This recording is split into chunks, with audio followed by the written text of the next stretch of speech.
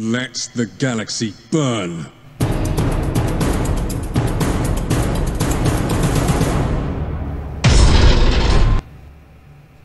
Hello guys, SkyPoint here. Today we're going to be taking a look at Lorgar and the Word Bearers again. We're going to be talking through some of the balance changes which have recently come in and affected the Word Bearers, so I'll talk through my thoughts on that. Then I'll talk through a little tweak I made to my Lorgar deck and we'll see it in action. Alright, so first of all, balance changes. Now, 5 cards for the Word Bearers have had changes, so we're going to run through those in order. We begin with Lorgar. Now, in the past, Lorgar used to have his ability, which was you spend 2 energy and you give one of your troops, well, either Astartes or infantry troops, Demon Host. Now, he's been changed a little subtly. We'll take a look at what's been done to him, and then I'll talk about why it's actually such an improvement. So, not much has changed, except his energy ability has changed to be spend 1 energy and create a dark gift in your hand. And if we go down and take a look at what a dark gift actually is, you see, first of all, it's just a ripoff of Demonic Eyes. But dark gift is you give Demon Host to an Astartes or infantry. So basically, you're still spending 2 energy to give a Demon Host to an Astartes or infantry. But the neat thing about this is that because it's been split into 2 1 energy cost actions, it actually becomes easier to use his ability. Because, for example, before, if you ended a turn and you only had 1 energy left as Lorgar, you couldn't do anything. Whereas now, for 1 energy, you can either create a dark gift in your hand, or if you already have a dark gift, you can play it out of your hand and onto one of your troops. Or what's probably the smarter thing to do is just spend the first couple of turns whenever you have spare energy building up dark gifts and just dump them out onto a troop when you really need it and hopefully buff them up like crazy. So I think this is a neat little improvement. I already noticed a change in that it leads to fewer dead turns or dead actions with Lorgar, so I really like it. Alright, so that's the first of the changes. The second one concerns Dark Blessing. So Dark Blessing before used to be a 2 energy cost card with reflection, so you could keep playing this card again during the same turn, which gave Demon Host to one of your troops. So it's basically a way of doing Lorgar's old ability repeatedly. It's been changed now to also give +1 attack to a friendly troop, and I think that actually makes a nice difference. It gives the card a lot more value than just Demon Host on its own was. On its own, Demon Host for 2 energy was not that great, even if you're giving it repeatedly. Now you're adding a crazy ton of attack potentially to a unit. Like if you play Dark Blessing in your maximum energy turn, your 10 energy turn, you can play this card 5 times and give a unit a minimum of +5 bonus attack, which suddenly becomes a lot more worth it.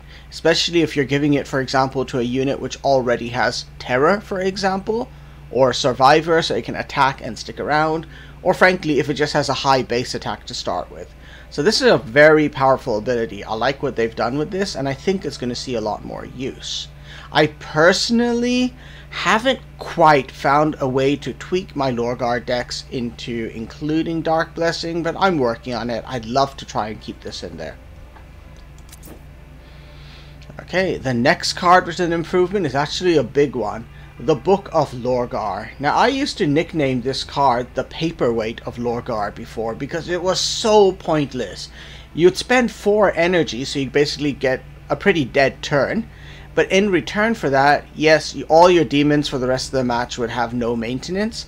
But that's a really expensive effect to get for 4 energy. They actually did a great job of adjusting this because now you spend 4 energy and you get the same effect ongoing, but you also get 2 cards in your hand. So I like that. I probably would have liked it more if there was an energy cost reduction on those demons, but this suddenly becomes quite a bit more worthwhile. I'm still not putting it into my deck because I usually feel Lorgar or even Erebus, frankly, doesn't have much trouble getting demons. But it's an option which is out there now and is pretty viable, and the card is significantly better. It's no longer a paperweight, it's a real contender.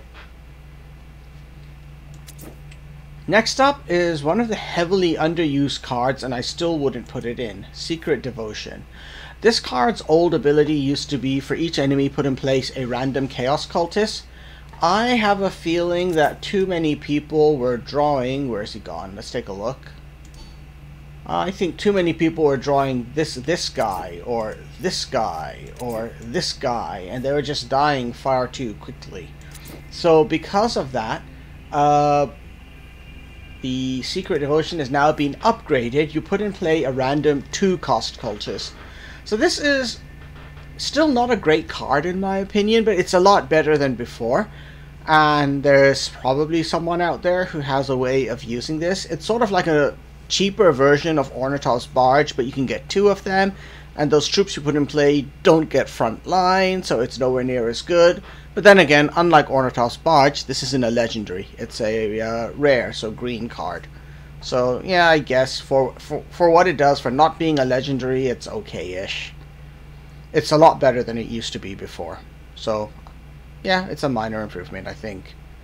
And now the big one, Architect of Heresy. I used to love this card before. So what its effect used to be was that you could play it on an enemy infantry or Astartes and take control of it.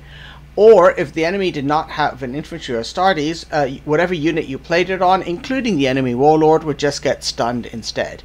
That did make it possibly the most expensive stun effect card in the game. And what they've done instead is they've given it a much more unique role. So as you can see here, it still has to take control of infantry or Astartes, but if it's played on any other troop, you can return it to hand. And so this is neat because there's actually relatively few direct return to hand cards. There's a couple of random ones out there, but with Architect of Heresy, when your enemy is hiding a Slayer of Worlds behind a bunch of frontline troops, you can actually bounce it back into his hand and hopefully not see it again for a little while. So I think this is a big improvement as well. It's a great card. It was already a good card before with a bunch of weaknesses. Now it has a role in almost every single battle. The one exception might be a pure tactics Angron, where this is now dead weight.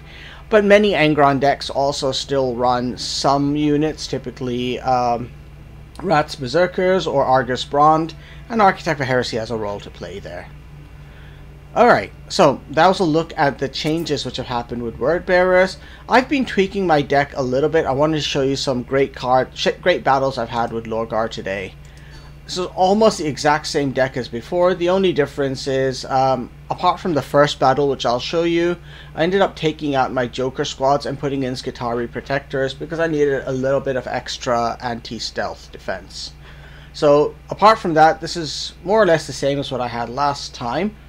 And where's it gone here? I did one more thing. Oh yeah, I took out my mutant Astartes, and I also had then put in, where's it gone?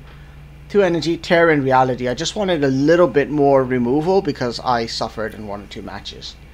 Alright, let's go ahead and take a look at a couple of matches with Lorgar from today. Okay, we start with a match against Sevatar, Jago Sevatar. This is a slightly earlier version of the deck, so I think it still has the Joker squads and it has some Mutant Astartes, but it's still a great fight. Let's go ahead. This is not a bad starting hand. I've got too many cheap units, but I can throw down Zesugol squad in turn 1 and he probably won't be able to kill them all straight away, so let's go ahead and do that. Oh neat, Architect of Heresy, that'll be useful. Okay, so he played Abandoned Supplies. That's bad. He's going to throw out something cheap and nasty early on. Okay, so let's just go ahead and throw out my Zesugol squad. That just gives lots of warm bodies to sort of tone down Sevatar's bonus. Because remember, Sevatar gets +1 attack when I have no troops. Now that was interesting. Instead of killing my troop, he just cut down its attack so it couldn't do anything. So not much to do here. I'm just creating a Dark Gift in my hand for later. Oh, that's that cheap troop he's getting. Fantastic. That's going to be painful to deal with. Alright, let's see. What can I do here? I need to throw out something which will just soak up the hit from that Dreadnought. That Dreadnought has terror though, so it can kill stuff without taking down. Oh man, Mercy and Forgiveness as well. Okay, this match just got a lot tougher than I'd hoped. Sevatar early on with Mercy and Forgiveness can be super nasty. Yeah, look at that. So he's just cutting down my troops. Oh, but that's very convenient. I take 5 damage, but I can kill that Dreadnought. There we go. Die Dreadnought. Do 2 points of damage to him, and I am technically still ahead compared to him. Okay, he brings in a tough guy. I sort of see what he's trying to do. He's worried that I have more health than him, so he was trying not to lose too much health attacking me repeatedly. I think it was a bit of a mistake, but whatever. Let's drop a Joker Squad and create a Dark Gift. Oh, that's unexpected. Curse is chosen. So now his guy can attack me and not be destroyed. And he's going for me. There we go. I'm still 4 points ahead of him, but obviously he has Curses Chosen. Although not for long, because of course he's a prime target for Architect of Heresy. Which now cuts down his guy's attack, and let me just take him out of play before he does anything nasty. There we go. That's starting to turn around. What's he going to do next? Okay, he brings in the same dude again. Oh, a talent for murder. That's clever. That's very clever. Alright. This is just one of those glorious moments where Lorgar can turn around a match. Let's drop a bunch of warm bodies. Knock everyone down on the board down to 2 or less health. And then play Destiny's Hand to do 2 points of damage to everyone and create a lesser demon for me for each person who died. 1, 2, 3, 4, 5. Boom. I hope that he enjoys 15, 18, 21 damage plus 2 for me, 23 damage coming next turn. Ooh, that's getting interesting now. What's he got next? Dirty Fighter. Okay, so he's not taking any return damage. 1. And 2. Okay, so that's killing one guy, and now he's getting buffed up already. This will get fun. Alright, I'm definitely going to need the extra health here, so let's trigger my Whisper mode. And I can still do 12 points of damage to him. Let's throw some Nurglings out. Here we go. 1. Okay, I'm saving it because I just wanted to make sure he didn't easily do a board wipe on me. I probably should have just attacked him straight away, especially given what happens next. That was a huge waste by me. Had a great opportunity and I blew it. I should always just attack. And look how swole that Endros check is getting. He's up to 12 attack. Alright, let's keep going here. We're going to drop the Diabolists. Use my ability to do a little bit of damage. Drop a Torgal squad. And we'll give them Dark Gifts. So as things start dying, hopefully they will turn more into... Well, we'll see what happens. I'm hoping that because they're now demons, when these two guys die, Diabolist Vol will be able to buff them up. So he targets them because he can't hit the Diabolist directly. Diabolist buffs my 2 guys. Okay, he's bringing in a healer.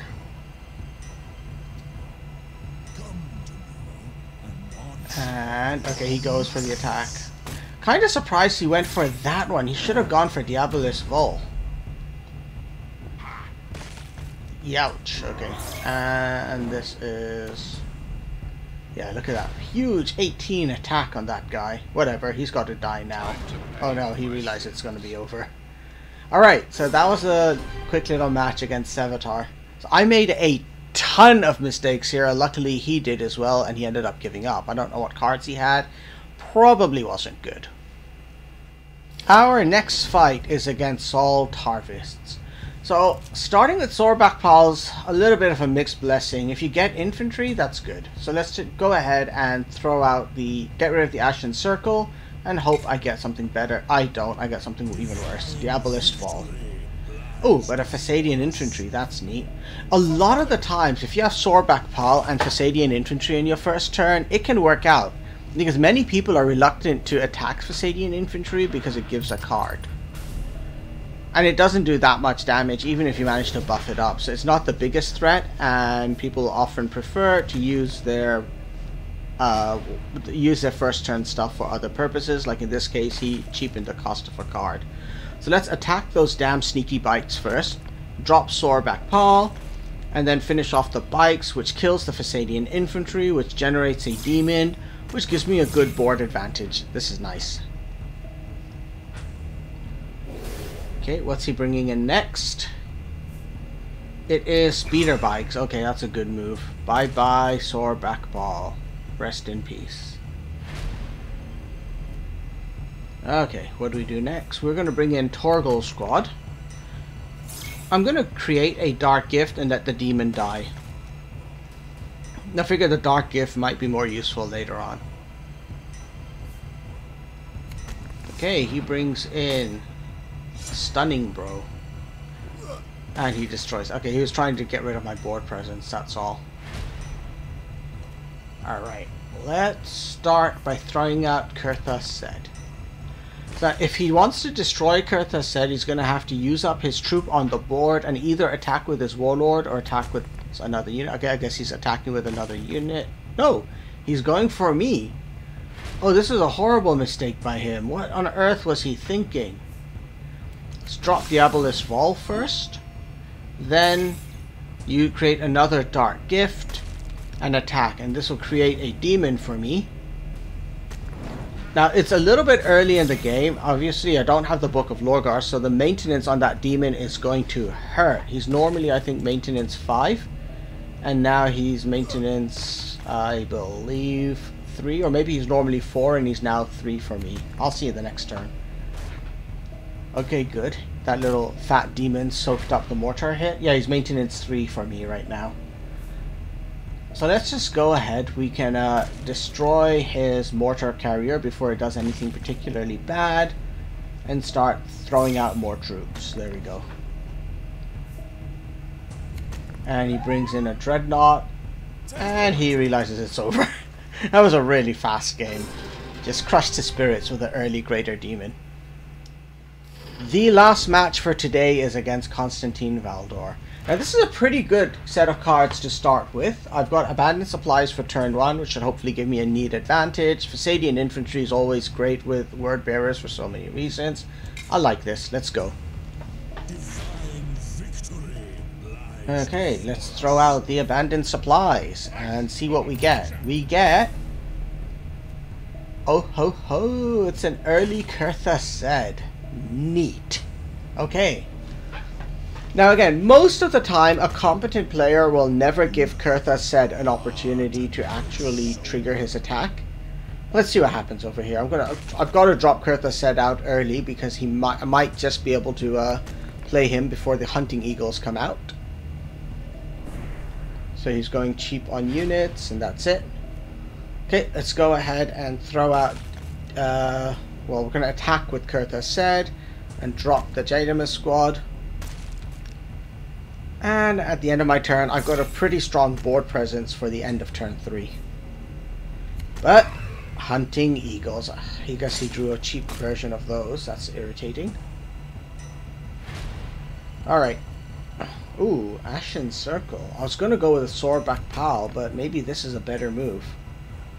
Ashen Circle to kill the Fasadian Infantry, which then supercharges the Ashen Circle and they can attack straight away, which triggers their sacrifice, which deals 2 damage to everyone, which kills the Hunting Eagles. Then I can attack with my Horse Occultist and gain a Taint of Chaos. And there's another Horse Occultist. Perfect. Uh-oh, the spear is coming. And that's a good move. If it was a Horse Occultist on 1 health, you have to kill it, because otherwise when it attacks you, it's going to be generating another Taint of Chaos. So let's now go ahead and drop Soreback Paul. I've got 2 Taints of Chaos. I'm hoping he gets Mark of Tzinch with 1.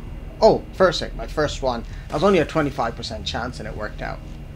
I could have upped it to 50% with the second Taint of Chaos, but instead I'm going to give him a Demon Host. Alright, so he now has Demon Host, so he's an Astartes / Demon. Perfect. And so as Valdor starts killing my units, I'm getting demons. Look at that. Demons, demons, demons. Demons for days.